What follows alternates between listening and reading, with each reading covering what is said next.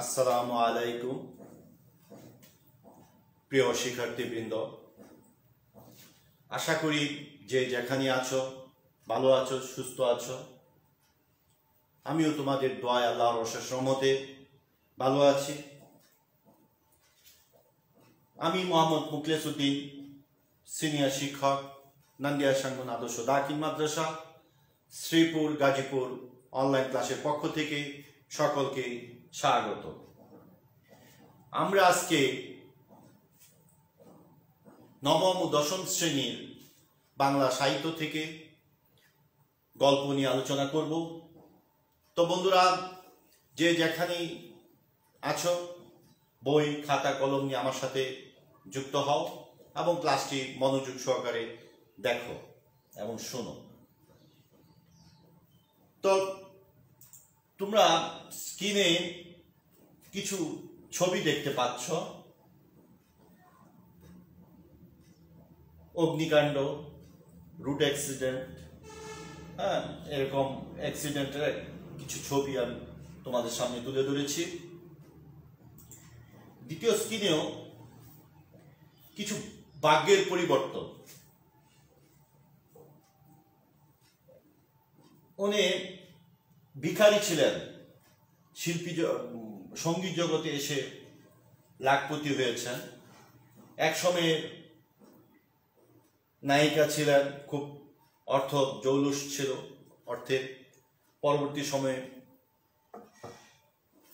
সে ভিখারিতে পরিণত হন। তার মানে মানুষের যে উত্থান পতন, উত্থান হতে পারে, পতন হতে পারে, যে কোনো ধরনের ভাগ্যের বিপর্যয় করতে পারে।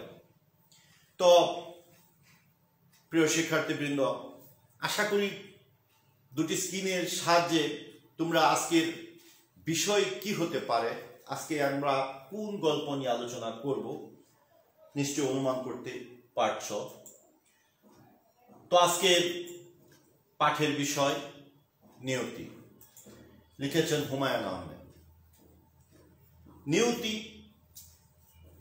হুমায়ুন আহমেদের একটি স্মৃতিচারণমূলক গল্প, খুব চমৎকার একটি ছোট গল্প। নিয়তি মানেই কি? ভাগ্য। নিয়তি এই যে তার পরিণতি কিংবা তার যে ভাগ্যে যে জিনিসটা তার ইতি আসে, এই বিষয় নিয়ে তিনি তার ছেলেবেলার, হুমায়ুন আহমেদ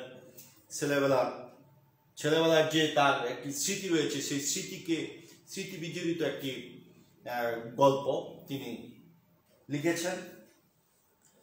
তো আমরা এই নিয়তি গল্পটি আলোচনা করার পর যা জানতে পারবো, লেখক সম্পর্কে বলতে পারবো, নিয়তি গল্পের জটিল শব্দগুলো চিহ্নিত করে অর্থ বলতে পারবো, নিয়তি গল্পে লেখক যে জায়গায় অভিজ্ঞতা বর্ণনা করেছেন তা ব্যাখ্যা করতে পারবো, প্রভুর প্রতি পোষা প্রাণীর দায়িত্ববোধের চিত্র অঙ্কন করতে পারব। তো আমরা লেখক হুমায়ুন আহমেদ সম্পর্কে কিছু গুরুত্বপূর্ণ কিছু তথ্য আমরা এখন জানব। হুমায়ুন আহমেদ জন্মগ্রহণ করেন 1948 সালে 13ই নভেম্বর নেত্রকোনার মোহনগঞ্জে। তার পিতার নাম ফাইজার রহমান, মাতার নাম আয়েশা ফয়েজ।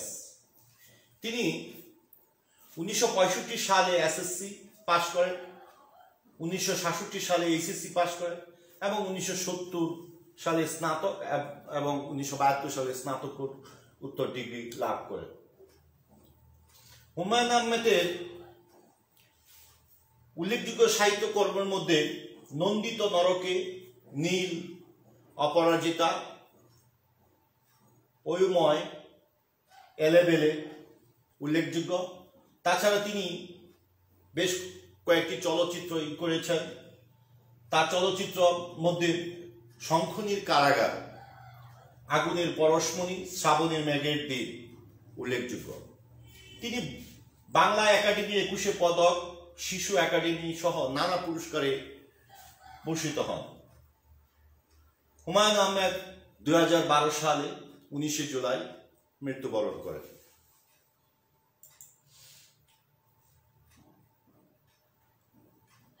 তো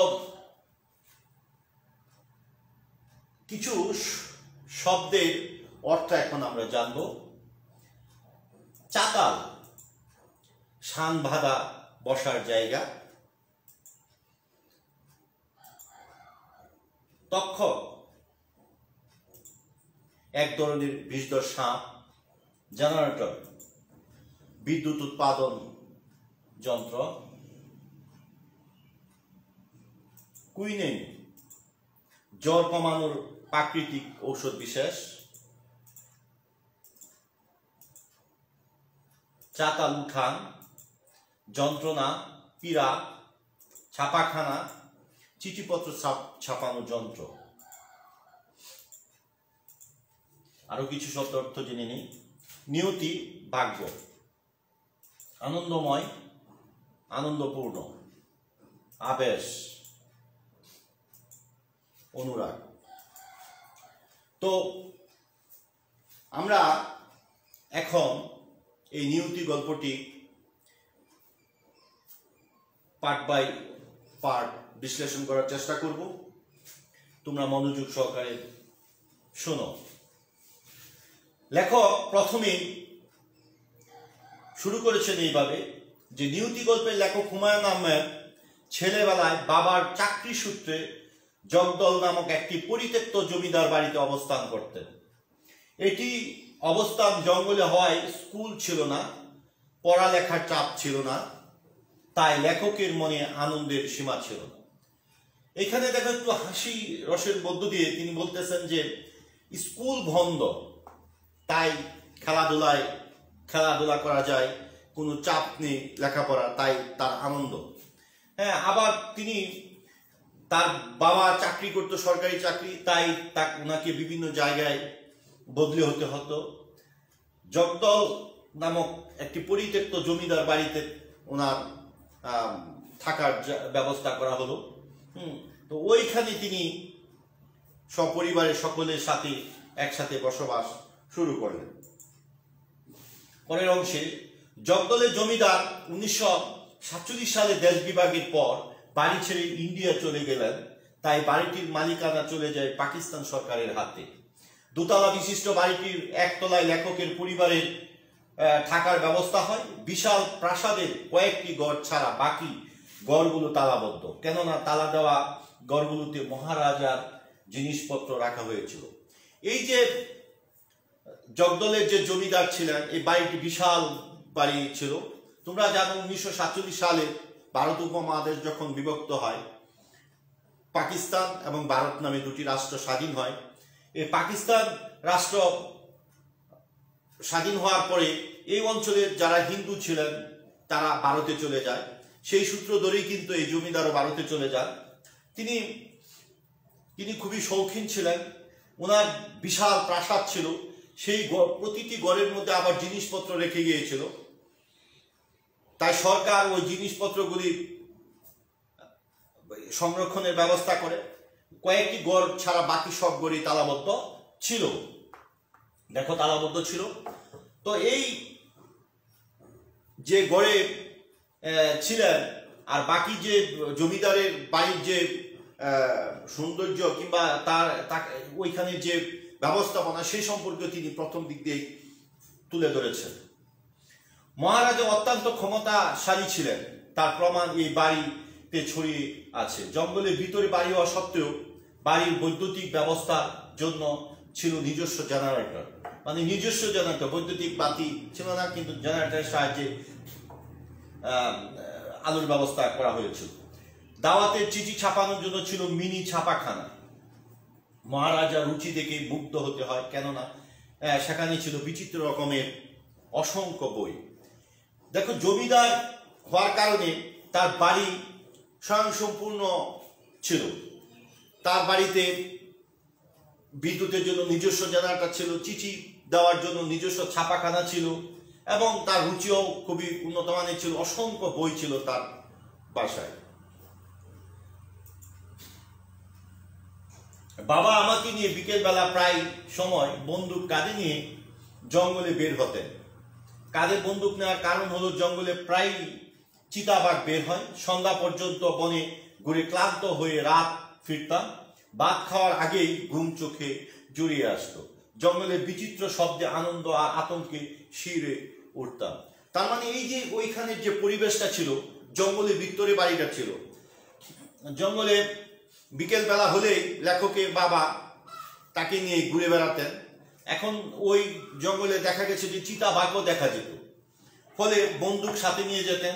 সারা বেলা বিকেল বেলা ঘুরে ফিরে যখন রাত্রে আসতেন, খাওয়ার আগেই লেখকের ঘুম চলে আসতো। এবং রাত্রে জঙ্গলের ভিতরে বিভিন্ন রকমের পাখির ডাক, বিভিন্ন জীবজন্তুর আওয়াজ, এই শব্দগুলি তার কানে আসতো। তাতে তিনি খুবই আতঙ্কিত হতেন, আবার আনন্দ পেতেন। এরকম একটা পরিবেশ তিনি তার এই গল্পে বর্ণনা করেছেন। একদিন লেখকের কাঁপুনি দিয়ে ম্যালেরিয়া জ্বর এলো। এটি এ অঞ্চলের কুখ্যাত, যাকে ধরে তার জীবন শক্তিকে একেবারেই শেষ করে দেয়। তাই মা বাবার মুখ শুকিয়ে গেল। আমরা এর প্রতিষেধক হিসেবে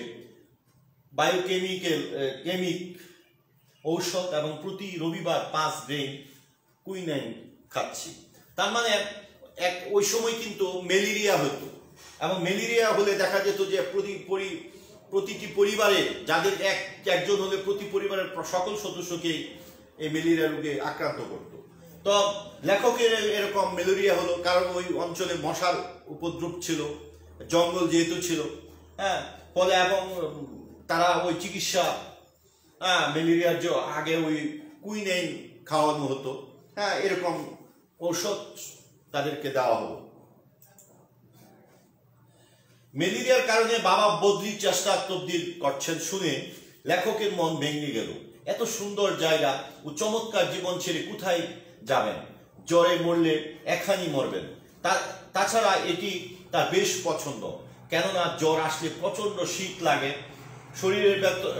শরীরে আবেশ সৃষ্টি হয়।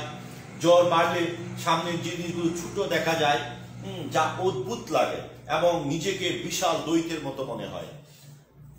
ভাই বোন সবাই পালা করে জ্বর আক্রান্ত হতে শুরু করলো। লেখক বলেন, জ্বর কবে আসবে তা আমরা আগেই বুঝতাম, তাই আগে ভাগেই লেপ কাঁথা জড়িয়ে শুয়ে পড়তাম। দেখো, এখানে লেখক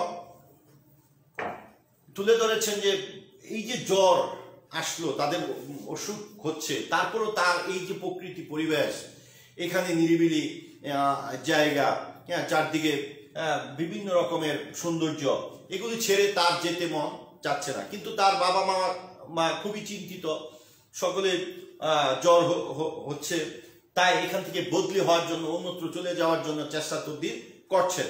কিন্তু লেখক এখান থেকে যেতে চাচ্ছেন না। তিনি এইভাবে বর্ণনা করেছেন যে জ্বর হলে তার আরো ভালোই লাগে, কারণ সবকিছু ছোট ছোট দেখতে মনে হয় এবং তাকে একটা দৈত্যের মতো মনে হয় নিজেকে। এবং তিনি যেহেতু এটা একটা রোগ, সকলকেই হবে এরকম, তাই তার আগে ভাগেই বুঝতে পারতো যে আজকে আমার হবে, হচ্ছে, মনে হচ্ছে জ্বর আসতেছে। এভাবে সবাই তারা প্রস্তুতি আগেই নিয়ে রাখত। প্রতিদিন ভোরে হুমায়ুন আহমেদ তার অপর 2 ভাই বোন সহ মন্দিরের চাতালে বসে গায়ে রোদ মাখায়। মন্দিরের চাতালে বসে মানে গায়ে রোদ মাখায়। এমন সময় তাদের সঙ্গ দেয় মহারাজার রেখে যাওয়া কুকুর, বেঙ্গল টাইগার। কুকুরটি তাদের সঙ্গ দেয়। মহারাজার অনেক কুকুর ছিল, সবগুলো তার সঙ্গে গেলেও বেঙ্গল টাইগার রাজবাড়ি ছেড়ে যেতে রাজি হয় না। এই যে গল্পটি শুরু, কিন্তু মূল গল্পটি শুরু কিন্তু এখান থেকেই শুরু হয়েছে, যে মন্দিরের প্রতিদিনই তারা ভাই বোন মিলে একসাথে বসে, রোদ শরীরে লাগানোর জন্য। মহারাজার অনেকগুলো কুকুর ছিল।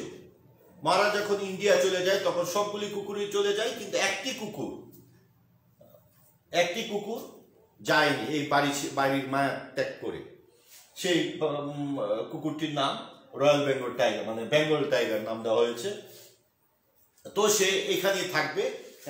এই কুকুরটি আর তাদের সাথে ইন্ডিয়া চলে অন্য কুকুরের সাথে যায়নি। বেঙ্গল টাইগারকে লেখকের মা দুবেলা খাবার দেন। মাটিতে খাবার ঢেলে দিলে খায় না, থালায় দিয়ে বলতে হয় খাও। মানে খাবার যখন মাটি দেয় বেঙ্গল টাইগার খেতে চায় না। হ্যাঁ, যখন প্লেটে দিয়ে বলতে হবে যে খাবার দিছি খাও, তখন সে খায়। এটি খানদানি কুকুর, আদব কায়দা ভালো, বয়সের বারে কাবু, সারাদিন বাড়ির সামনে শুয়ে থাকে, জীবতে যেন মৃত্যুর জন্য অপেক্ষা করছে। তার মানে এখানে এই যে জমিদার যে তার যে শৌখিন জীবনযাপন, সেখানে কুকুরটিও সেরকম মানে শৌখিন।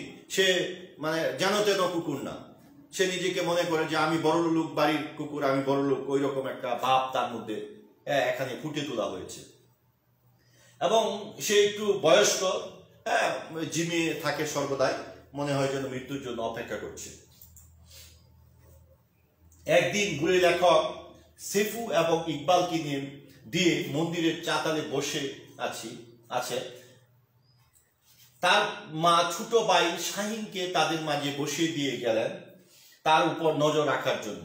মা চলে যাওয়ার পর হিস হিস শব্দে পেছনে ফিরে তাকিয়ে দেখলাম মন্দিরের বন্ধ দরজার ফাঁক দিয়ে একটা বিরাট কেউটে সাপ একবার মাটি ছুঁয়ে আবার ফনা তুলে আসছে, আর শাহিন আনন্দে হামাগুড়ি দিয়ে সাপের দিকে যাচ্ছে।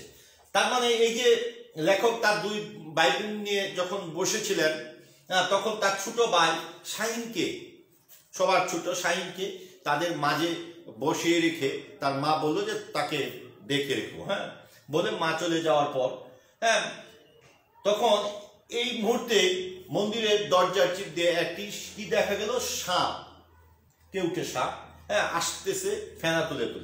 আর ওই যে ছোট বাচ্চাটি হামাগুড়ি দিয়ে সাপের দিকে যাচ্ছে, সে দৌড়বে, আনন্দ, মানে সে বেশ খুশি। হ্যাঁ, আর বাকিরা তো দৌড়ে বিভিন্ন জায়গায় ছুটে গেল, কিন্তু ছোট যে তার ভাই ছিল শাহিন, সে সাপের দিকে যাচ্ছিল।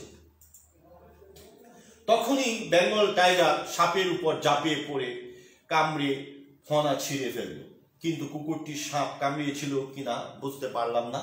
দ্বিতীয় দিন সাপের বিষ কুকুরের গায়ে দগদগে ঘা দেখা দিল এবং চামড়া খসে পড়ল।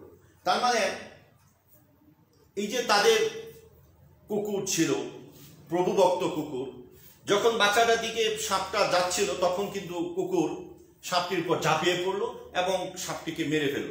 সাপ এর ফাঁক দিয়ে কুকুরকে দংশন করলো। হ্যাঁ, কুকুরের গায়ে প্রথম বোঝা গেল না, লেখক বুঝতে পারেনি যে তাকে কামড় দিল কি দিল না, কারণ সাপটা খুব স্বাভাবিক ছিল। সে তার মনিবের ছেলেকে বাঁচাতে পেরেছে বলে সে খুবই নিজেকে গর্ববোধ করলো। হ্যাঁ, কিন্তু তাকে সাপ দংশন করার ফলে তার শরীরে কি হয়ে গেল, গা দেখা দিল, বিভিন্ন রকমের চামড়া খসে পড়তে লাগলো, এরকম একটা পরিস্থিতি সৃষ্টি হলো। আরো 2 দিন কাটলো, কুকুরটির পচে গলে যাচ্ছে, তা সহ্য করতে না পেরে লেখকের বাবা কুকুরটিকে পরপর 2টি গুলি করলো। দেখা যাচ্ছে যে দিন যাচ্ছে আর কুকুর এত পরিস্থিতি খারাপ দিকে যাচ্ছিল যে সহ্য করার মতো না। লেখকের বাবা চিন্তা করলো যে এত কষ্ট করে মরাচ্ছে, বরঞ্চ তাকে মেরে ফেলাই ভালো। তাই রিভলভার দিয়ে গুলি করে তাকে মেরে ফেলল। তিনি দুঃখ বেদনায় কুকড়ে উঠলেন, তবু শান্ত গলায় বললেন, যে আমার ছেলের জীবন রক্ষা করেছে তাকে আমি গুলি করে মারলাম, একই বলে নিয়তি। দেখো এখানে গিয়ে এইভাবে বিশ্বাস করছেন যে যেই ছেলেকে, আমার ছেলেকে এই কুকুরটি রক্ষা করেছে আর তাকে আমার হাত দিয়ে মারতে হলো, এটাই নিয়তি, এটাই হলো ভাগ্য, এটাই হলো মানে গঠন। মানে এত করুণ ভাবে তিনি এটা করেছেন, নিজেকে মানে নিজের কষ্ট ভিতরে চেপে রেখেও তিনি এটা মারতে তিনি বাধ্য হলেন। লেখক তার বাবাকে নিষ্ঠুর মনে করলো, যে লেখক চিন্তা করতেছে যে আমার ছোট ভাইকে রক্ষা করলো অথচ এই কুকুরকে আমার বাবা মেরে ফেললো, তাই বাবাকে সে নিষ্ঠুর মনে করলো। রাগ, দুঃখ, অভিমানে লেখক না খেয়ে ঘুমিয়ে পড়লো। বাবা তাকে ডেকে তুলে নিয়ে দুজন চুপচাপ বারান্দায় বসে রইল। তখন চারদিকে ঘন অন্ধকার, তক্ষক ডাকছে ও বাড়ির পাশে বাগানে হাওয়া লেগে বিচিত্র শব্দ উঠছে। বাবা হয়তো অনেক কিছুই বলতে চেয়েছিলেন, কিন্তু কিছুই বলতে পারলেন না, শুধু বলল, যাও ঘুমিয়ে পড়ো। আমি সেই দিন বুঝতে পারিনি বাবা কেন কুকুরটিকে এভাবে মেরে ফেললেন। কুকুরটি আমার মনে গভীর ছাপ ফেলেছিল। বলতেছে যে বাবার যেহেতু এই নিষ্ঠুর আচরণে তিনি খুবই কষ্ট পেয়েছেন লেখক, হ্যাঁ, এবং তিনি যেহেতু বয়সে ছোট, সে বুঝতে পারতেছে না কেন আমার বাবা এরকম একটা কাজ করল।